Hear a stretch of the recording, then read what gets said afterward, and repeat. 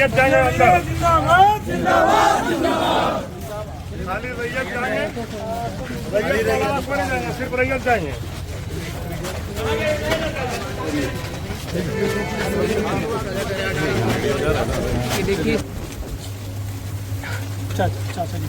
अरे किसानों को कहाँ गए? मालिक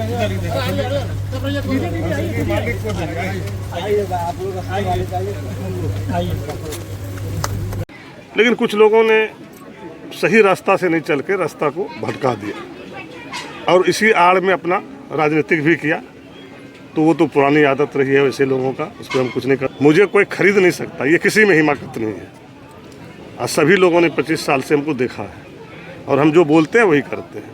ये पूरी व्यवस्था है देश के लिए और राज्य के लिए, और इस व्यवस्था के तहत जो कानूनी प्रक्रिया है वो तो कितना बड़ा उद्योगपति हो उसको करना ही पड़ेगा, क्योंकि रैयतों ने अपनी जमीन दिया है जिससे इस खेती होता था। लेके जा रहे हैं मंत्री जी साथ में ज्वाइनिंग करा रहे हैं। जी बिल्कुल, संजय भैया जी हम लोग के साथ में जाएंगे और यही हम लोग का खड़े होकर पंचिंग करवाएंगे। इनके लिए इनका बहुत धन्यवाद।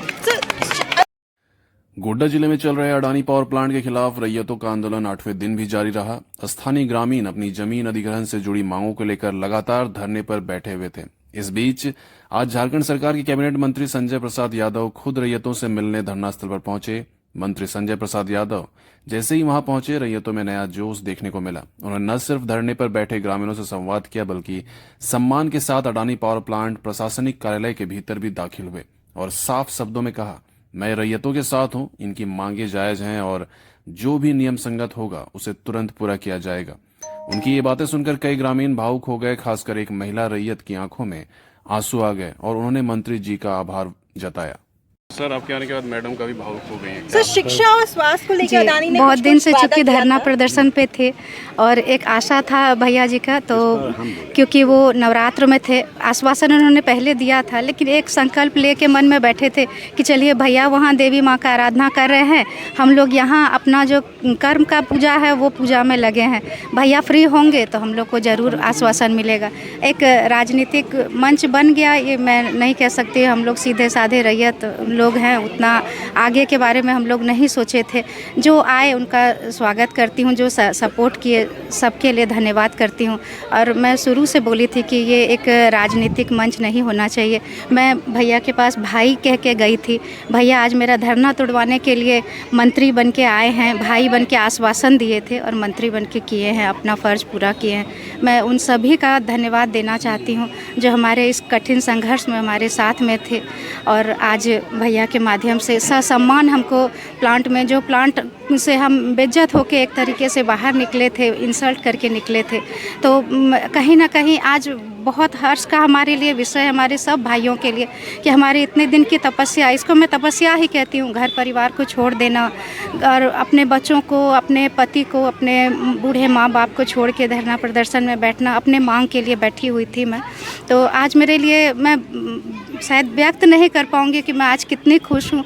और भैया के साथ अंदर जाने का जो सौभाग्य मिला है, तो मेरा जो शान है, जिस शान के लिए आज तक हम लोग लड़े हैं, शान से अपना ज़मीन दिए थे, शान से नौकरी कर रहे थे, उसी शान के साथ आज भैया हमको शान और सम्मान के साथ अपने साथ लेके जा रहे हैं। मंत्री जी साथ में ज्वाइनिंग करा रहे हैं। जी बिल्कुल, संजय भैया जी हम लोग के साथ में जाएंगे और यही हम लोग का खड़े होकर पंचिंग करवाएंगे। इनके लिए इनका बहुत धन्यवाद। वहीं मंत्री संजय यादव ने अधिकारियों से भी बातचीत कर रैयतों की मांगों को तत्कालिक स्तर पर हल करने के निर्देश दिए। उन्होंने भरोसा दिलाया कि सरकार जनहित में है और किसी भी हालत में ग्रामीणों के साथ अन्याय नहीं होने दिया जाएगा। मंत्री के इस पहल के बाद प्रशासनिक स्तर पर क्या ठोस कदम उठाए जाते हैं, लेकिन एक बात तो तय है, रैयतों की लड़ाई को अब सरकार के एक मजबूत प्रतिनिधि का साथ मिल चुका है। ये लड़ाई सिर्फ मांगों की नहीं बल्कि सम्मान की थी।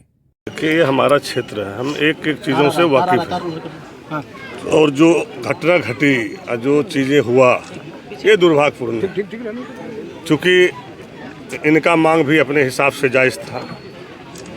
जिस तरह से हमसे भी वार्ता हुआ, हमने सारी चीज़ों को समझा भी, एक एक बिंदु पे हमने ध्यान दिया और हम लोगों ने जो वार्ता इन लोगों के साथ, चूँकि हम नवरात्रा चल रहा था मेरा, हमारे घर पे सब लोग आए थे, हम लोग बात किए और बात भी बहुत अच्छे ढंग से हुआ, सभी लोगों ने संतुष्ट भी हुआ।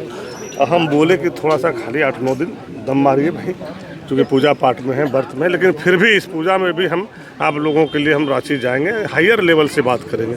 चूँकि हम यहाँ के लोकल जो अडानी का स्टाफ है, इससे हम बात नहीं करते हैं। जब भी कुछ ऐसा मामला होता है या किसी को अधिकार दिलाने की बात हो या किसी का नौकरी भी दिलाने की बात हो, हम हाई लेवल पे बात करते हैं। हम संतुष्ट भी किए, फिर संतुष्ट होकर ये लोग आए भी, कुछ थोड़ी बड़ी बातें भी हुई आगे पीछे, तो परिवार का अंग है, पार्ट है, नोकझोंक होता है, परिवार में नहीं होगा तो कहाँ होगा। लेकिन सही चीज़ों पे जाना ही पड़ता है, जो हमारे रैयतों के साथ एग्रीमेंट है।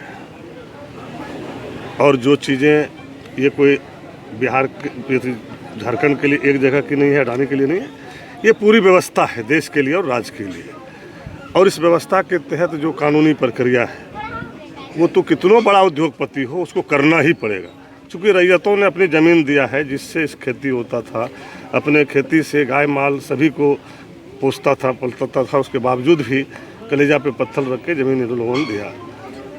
तो जो हमारा कमिटमेंट था, जो एग्रीमेंट था, जो समय में हम लोगों ने तय किए थे, उस मुताबिक हमको अधिकार हक चाहिए। और उसमें जहाँ भी कोई तरह की कटौती हुआ या कई चीज़ें नहीं कर पाया, उसको भी हम लोगों ने बारीकी से देख रहे हैं। लेकिन कुछ लोगों ने सही रास्ता से नहीं चल के रास्ता को भटका दिया और इसी आड़ में अपना राजनीतिक भी किया। तो वो तो पुरानी आदत रही है वैसे लोगों का, उस पर हम कुछ नहीं कर सकते। लेकिन हम अपने परिवार के पार्ट, चूँकि हम इस क्षेत्रीय विधायक के नाते और इसी लोग के आशीर्वाद से आज हम मंत्री भी हैं, विधायक भी हैं, और हम जो बोलते वही करते हैं। मुझे कोई खरीद नहीं सकता, ये किसी में हिमाकत नहीं है। और सभी लोगों ने 25 साल से हमको देखा है और हम जो बोलते हैं वही करते हैं। तो उस दिन तो बातें हो गई, फिर लोगों को समझ में आया कई तरह की, आप खुद बता रहे हैं कि धरना हुआ, फिर यहाँ से ले भी गया उठा के, थाना भी ले गया, फिर छोड़ा भी, फिर हमारे पहल से भी डीसी से वार्ता भी हम लोगों ने करा दिए।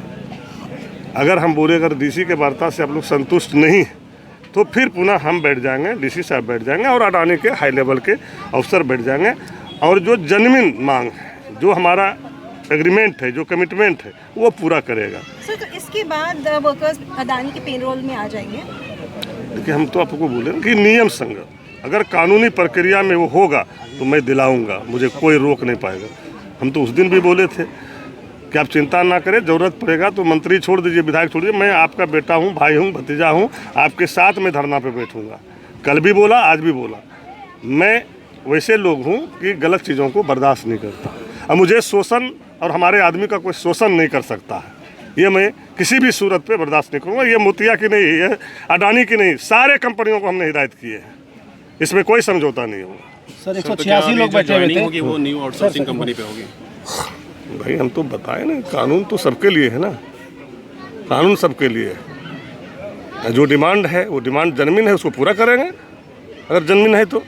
इसी लेकर हाई लेवल मीटिंग होगा कि 5 किसान भी हमारा रहेगा, खुद हम रहेंगे, डीसी रहेगा और अडानी का जो बड़े लेवल के हाई लेवल के पदाधिकारी हैं वो रहेगा। सर 186 लोग धरना पर बैठे थे और अब इसमें बस रैयत बच गए हैं, कई लोगों ने ज्वाइन भी कर लिया है। यही तो सोचने का विषय था कि वो कहावत है ना, वो वही कहावत यहाँ लागू हो गया, रैयत का जमीन गया और मुआवजा दिलाने के रायताओं के साथ साथ बात होने लगा जनरल लोगों को कहाँ से देगा भाई।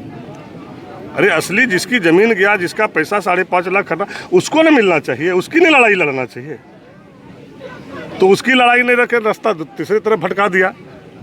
और हम तो हमेशा कहे कि रैयत के लिए हम खड़ा है, बाकी नौकरी तो उसके मर्जी का है ना। कोई प्राइवेट हो सकता है, मेरा भी 10 हो, किसी का 50 हो, किसी का 20 हो, किसी का 5 हो। मुखिया जी यहाँ से दिए हैं ज़मीन, इनका 20 तो वैसे होगा, तो वो अलग चीज़ें हैं। लेकिन मेन जो मुद्दा था रैयत का, वो रैयत का मुद्दा पर लोगों को लड़ाई लड़ना चाहिए और रैयतों को हक दिलाना चाहिए। और यही चीज़ हम उस दिन बोले थे, लेकिन ये लोग समझ नहीं पाया।